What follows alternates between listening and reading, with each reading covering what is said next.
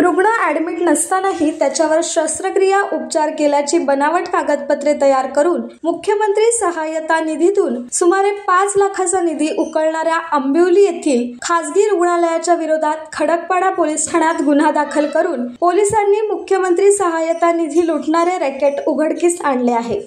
मुख्यमंत्री सहाय्यता निधी विभागाचे प्रमुख सहाय्यक संचालक देवानंद धनावडे यांनी खडकपाडा पोलीस ठाण्यात 17 एप्रिल 2025 रोजी हा गुन्हा दाखल केला होता।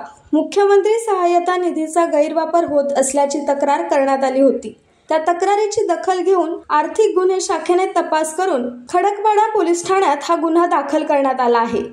आंबिवली येथील गणपती मल्टीस्पेशालिस्ट या रुग्णालयाच्या डॉक्टर आनंददुर्ग ढोणी, प्रदीप पाटील आणि ईश्वर पवार राहणार धुळे यांनी आपसात संगनमत करून 26 मे 2023 ते 10 जुलै 2023 दरम्यान रुग्णालयात 13 गरीब रुग्ण उपचारासाठी दाखल नसतानाही रुग्णावर उपचार करून त्याच्यावर शस्त्रक्रिया केल्याची बनावट कागदपत्रे तयार करून राज्य सरकारच्या मुख्यमंत्री सहाय्यता निधीमधून 4,75,000चा निधी मिळवला होता।